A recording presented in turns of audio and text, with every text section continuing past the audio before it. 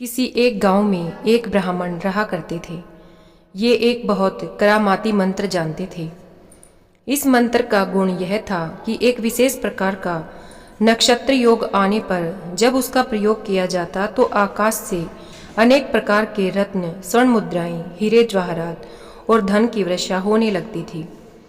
ब्राह्मण के गुरुकुल में बहुत सारे शिष्य थे, जिनमें एक शिष्य आनंद बड़ा ही बुद्धिमान विद्यार्थी था और गुरुदेव भी उसकी बुद्धिमत्ता के कायल थे और अपने हर काम में उसे जरूर शामिल करते थे।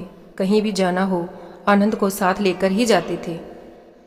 एक दिन किसी काम से ब्राह्मण आनंद को लेकर घर से बाहर हुए। कुछ दूर जाने पर वे एक घने जंगल में आ पड़े।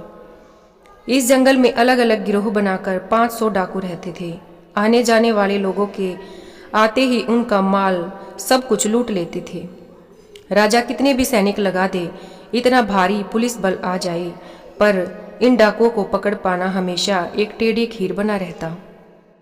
उस ब्राह्मण और विद्यार्थी आनंद की भी वही दशा हुई जो अन्य राहगीरों की होती थी। डाकुओं ने उन्हें बांध लिया।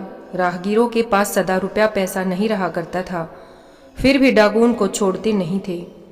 वे एक को बांध कर दूसरे से कहते कि जाओ कहीं से भी रुपए लेकर आओ, तभी इसे छोड़ेंगे। यदि बाप बेटे को कभी पकड़ लिया तो लड़के को बांध कर रख लेते और बाप को रुपया लेने के लिए भेज देते। यदि माँ बेटी को पकड़ लेते तो बेटी को रखकर माँ को रुपया लेने के लिए कहते। इस तरह दो भाइयों को पकड़ते तो छोटे को रखकर बड़े को भेजते और गुरु चेला को पकड़ने पर गुरु को रखकर चेले को भेजते। इसी के अनुसार उन्होंने ब्राह्मण को पकड़ कर रखा और शिष्य आनंद को रुपया पैसा ले आने के लिए भेज दिया। बुद्धिमान आनंद अपने गुरु की कमियों को जानता था। जाते समय उसने गुरु को नमस्कार करके कहा, गुरुजी, मैं 2-1 दिन के भीतर ही लौटूंगा, आप डरिएगा मत। किंतु एक काम आपको करना होगा। आपको मैं सावधान किए जाता हूँ। आज धन वर्षण का योग है। ऐसा न हो कि आप दुख से कातर होकर धन वर्षा करें। यदि ऐसा करेंगे तो आप खुद भी मरेंगे और ये 500 डाकू भी मरेंगे। शिष्य ऐसा कहकर वहां से घर की ओर चल दिया। संध्या समय पूरब की ओर चांद उगने लगा। ब्राह्मण ने देखा कि धन वर्षण के लिए नक्षत्र योग आ रहा है। देखकर उन्होंने सोचा, अच्छा, धन के लिए ही न डाकू हमको नाना प्रकार के कष्ट दे रहे हैं। यह धन वर्षण का योग तो दिखाई देता है। मैं इतना कष्ट क्यों सहूं? मैं इसी समय मंत्र के बल से धन बरसाकर इन्हें देकर क्यों न यहाँ से चला जाऊं।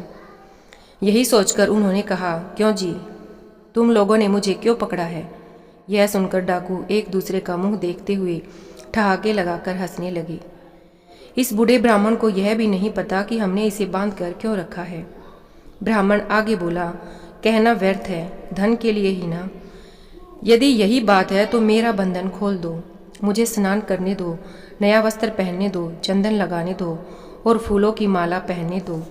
मेरी सी इतनी सी बात मान लो, फिर देखो तुम्हें इतना धन मिलेगा कि जीवन में फिर कभी तुम्हें इस तरह के कुकृत्य करने की आवश्यकता ही नहीं पड़ेगी। पहले तो डाकुओं को कुछ संदेह हुआ, लेकिन फिर उन्होंने सोचा कि एक साधारण बूढ़ा ब्राह्मण हम लोगों का क्या बिगाड़ लेगा, और यदि इसकी बातों में जरा भी सच्चाई हुई तो क्या पता हमें धन मिल ही जाए। डाकुओं ने वैसा ही किया। ब्राह्मण ने यथापूर्वक स्नान किया। स्नान करते हुए पूजा की, तिलक लगाया, शुद्ध कपड़े पहने और ध्यान मग्न होकर मंत्रोच्चारण करने लगे।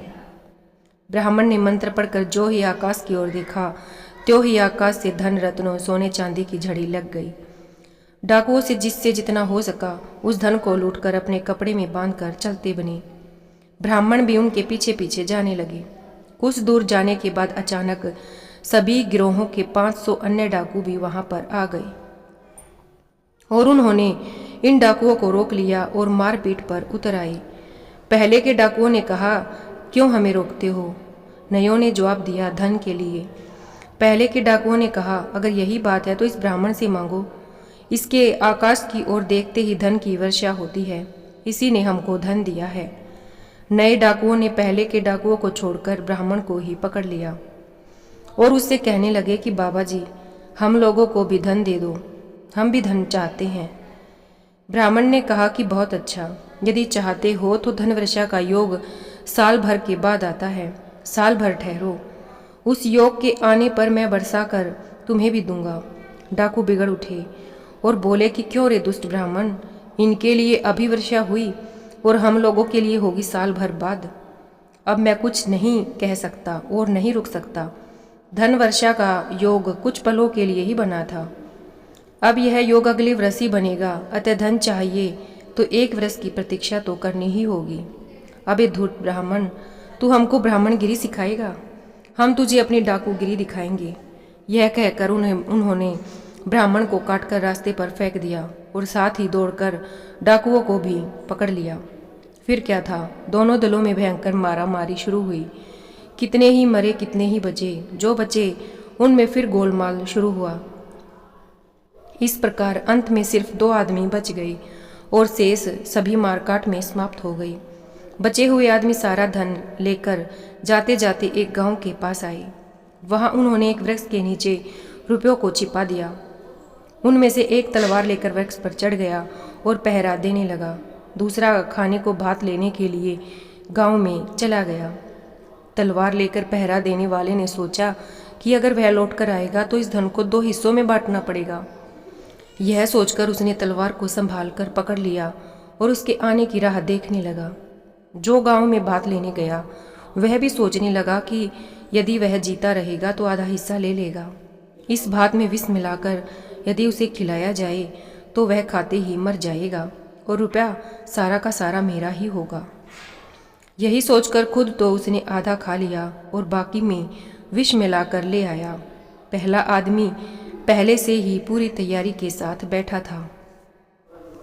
दूसरे के आते ही तलवार से उसके 2 टुकड़े करके एक गुप्त स्थान में फेंक आया। फिर खुद भी विषाक्त भात खाकर मर गया। इधर गुरु को छुड़ाने के लिए शिष्य आनंद रुपया पैसा लेकर 2 दिन के बाद पहुंचा। आकर देखा गुरु वहां नहीं है। चारों ओर सिर्फ लाशें ही लाशें और धन रत्न चारों ओर बिखरा पड़ा है। वे समझ गई कि गुरु ने उनकी बात नहीं सुनी। वे धन वर्षा करके सबके साथ स्वयं भी खत्म हो गए हैं। यह कहानी हमें बताती है कि लालच ने बड़े बड़े साम्राज्यों को तबाह किया है। इसी लालच ने डाकुओं के सारे गिरोह को भी साफ कर डाला।